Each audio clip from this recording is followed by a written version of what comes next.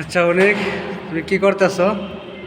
আমি এখানে আপনার এটা একটা গার্মেন্টস ফ্যাক্টরি প্লাস এখানে একটা প্রতিষ্ঠান। এখানে হাজার হাজার আমরা 10তলা বিল্ডিংয়ের পুরা আপনার গার্মেন্টসের ইলেকট্রিক লাইন এবং ফ্যান এবং মোটরের 3 পিস মোটরের কাজ করছি এবং অতিথিদের জন্য একটা করে ফেস টানছি, যেগুলো বেশি সেগুলো আমরা মোটরের তার দিয়ে টানছি, যেগুলো আপনার কাঠে চলবে সেগুলো আমরা ধীরে ধীরে তার দিয়ে চলাইছি।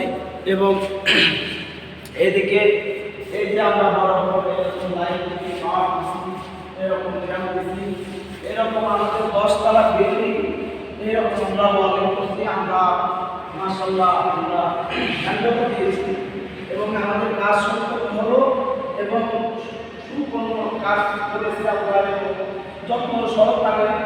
এই এইভাবে আমরা স্টুডেন্ট নিয়ে কাজ করেছি যাতে আমাদের ভবিষ্যতে কোনো সমস্যা না হয় এবং আমাদের পরিবর্তন অন্য একটা যাতে এসে কাজগুলো করতে পারে, তারা কাজগুলো যাতে বুঝতে পারে, তাদের জন্য যাতে কোনো সমস্যা না হয়। আচ্ছা, তোমার কাজের অভিজ্ঞতা কত বছর? আমার 2013 সালে আমি কাজের অভিজ্ঞতা শুরু করছি। ঢাকা বাণিজ্য মেলা থেকে কাজ শুরু করছি। আমি ছোট থেকে এই কাজ করি।